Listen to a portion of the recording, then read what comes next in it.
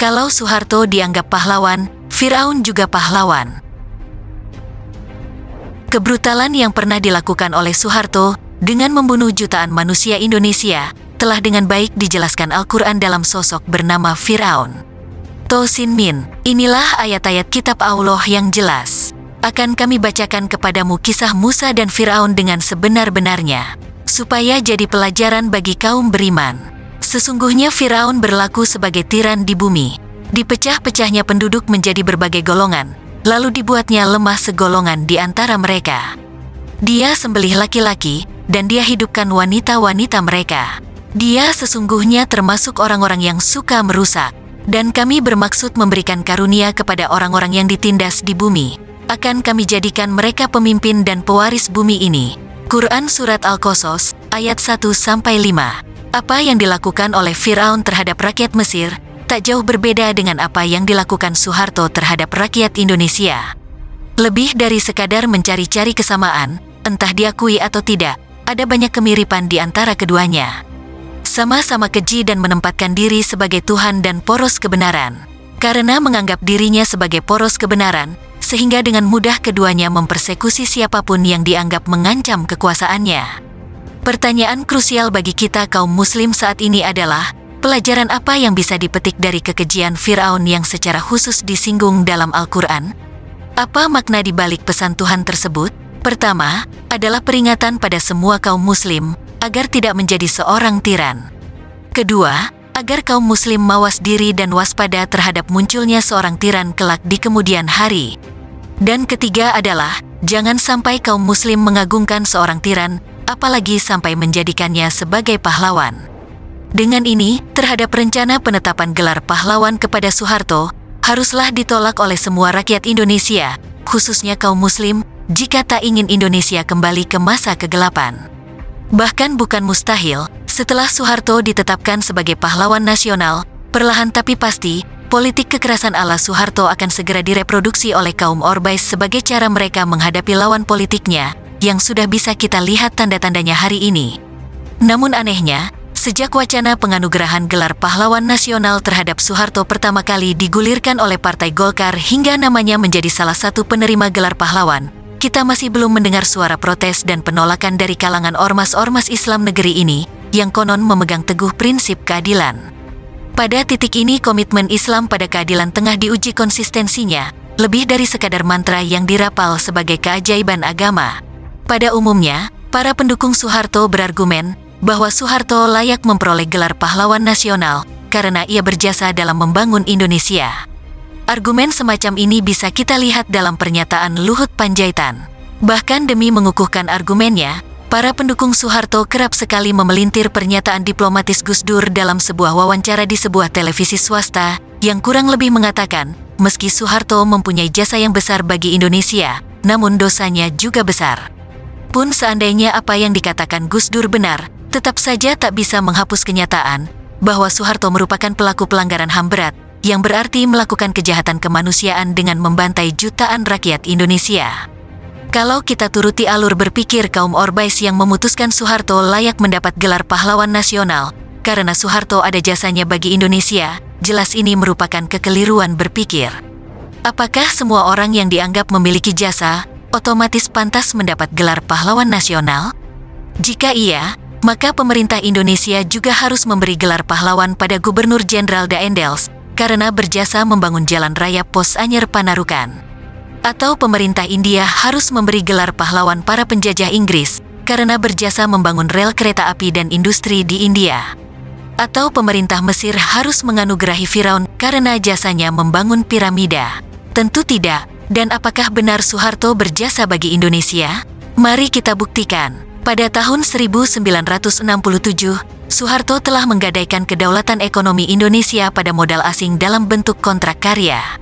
Lucunya, petinggi-petinggi militer Indonesia hari ini justru tengah mempertontonkan drama komedi yang sama sekali tidak lucu, dengan gembar-gembor NKRI dan Pancasila harga mati, sembari tanpa malu mengusung Soeharto sebagai pahlawan nasional. Padahal kita tahu, justru Soeharto sendiri yang telah menjual Indonesia pada modal asing, melalui undang-undang yang dibuatnya sesuai prinsip liberal dalam mengelola perekonomian, yaitu Undang-Undang Nomor 1 Tahun 1967 tentang penanaman modal asing, yang berisi 1. Jaminan tidak akan ada nasionalisasi aset perusahaan asing, namun bila terjadi ada kompensasi yang memadai. 2. Jangka waktu operasi perusahaan asing 30 tahun dan dapat diperpanjang. 3. Pembebasan bea masuk serta pajak untuk periode tertentu. 4. Jaminan perusahaan asing dapat memilih sendiri manajemen dan pekerja teknis mereka, dan dapat membawa pulang keuntungan atau modal mereka dengan leluasa.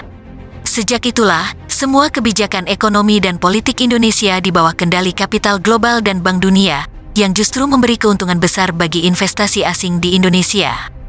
Jadi, semua argumen yang mengatakan Soeharto berjasa bagi Indonesia hanyalah omongan murahan yang sulit dicari kebenarannya. Setelah pembantaian tahun 1965 sampai tahun 1966, Soeharto menjual tanah ulayat suku Amungme pada PT Freeport dan memperlakukan suku Amungme dan seluruh masyarakat Papua dengan sangat keji. Berdasar catatan Eliezer Bonai yang ditunjuk oleh Indonesia menjadi Gubernur Irian Barat semenjak tahun 1963, memperkirakan bahwa hingga tahun 1969, sekitar 30.000 orang Papua dibunuh oleh militer Indonesia. Antara tahun-tahun 1973 sampai tahun 1977, ketika suku Amungme memprotes pembangunan kompleks Tembagapura oleh Freeport dan dampak sosial ekonomi yang muncul akibat operasi perusahaan ini, pihak militer menuduh aksi mereka sebagai pemberontakan yang didalangi oleh GPKOPM, Gerakan Pengacau Keamanan, Organisasi Papua Merdeka. Tak berhenti sampai di situ. Dengan dukungan persenjataan dari Amerika, Inggris, Australia dan negara Eropa lain, dan dengan melimpahnya keuntungan dari kenaikan harga minyak dunia, pada tanggal 7 dan tanggal 8 Desember tahun 1975, rezim militer Orde Baru Soeharto, di bawah Komando Jenderal LB Murdani, melancarkan operasi militer menginvasi Timor Leste, yang telah berstatus sebagai negara merdeka dengan pemerintahan sendiri.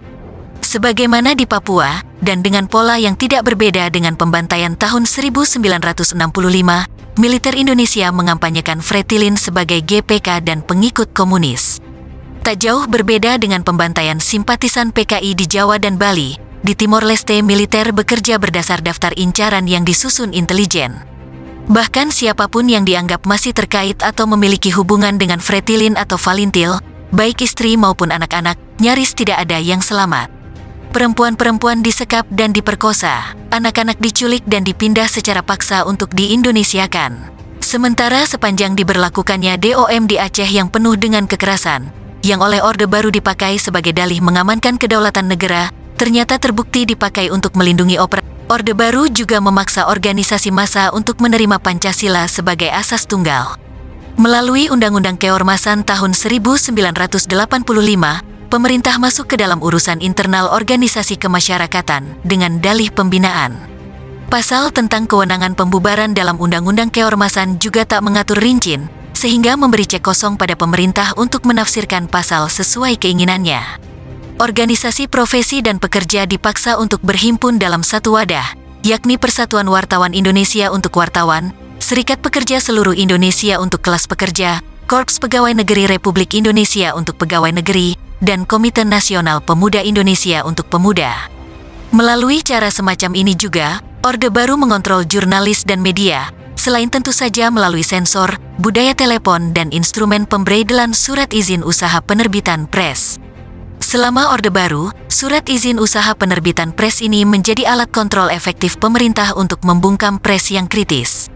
Bahkan melalui Kopkamtib, atau Komando Operasi Pemulihan Keamanan dan Ketertiban, yang dibentuk pada tanggal 10 Oktober tahun 1965 untuk mengorganisir penghancuran gerakan kiri, selanjutnya oleh Soeharto dijadikan sebagai instrumen utama tanpa batas, untuk mengontrol politik dan mempersekusi siapapun yang dianggap menentang agenda politiknya. Sehingga di masa kuatnya taring kekuasaan rezim militeristik Orde Baru, banyak orang kritis ditangkapi bahkan dihilangkan. Kita ingat kasus Bonar Tigor yang dihukum 8 tahun penjara, hanya karena mengedarkan novel Pramudia Anantatur. Sunardi, seorang pengacara di Jakarta, dihukum 4 tahun 6 bulan, karena berani menuduh Soeharto terlibat G30S. Ben Anderson dicekal karena berani mengungkap bahwa G30S adalah gerakan militer khususnya Angkatan Darat. dan para pejuang pro-demokrasi dan reformasi yang hingga sekarang belum diketahui keberadaannya. Sedemikian, dengan mengingat kejahatan Soeharto yang tak ubahnya Firaun, maka wajib hukumnya bagi kaum muslim menolak dengan keras rencana penetapan Soeharto sebagai pahlawan dengan pekik sajak wiji tukul dalam keyakinan kami, dimanapun tirani harus tumbang. Sembari menuntut pemerintah segera membangun monumen kejahatan Soeharto dan Orde Baru sebagai pengingat bagi umat manusia, sebagaimana Al-Quran menuliskan kejahatan Firaun.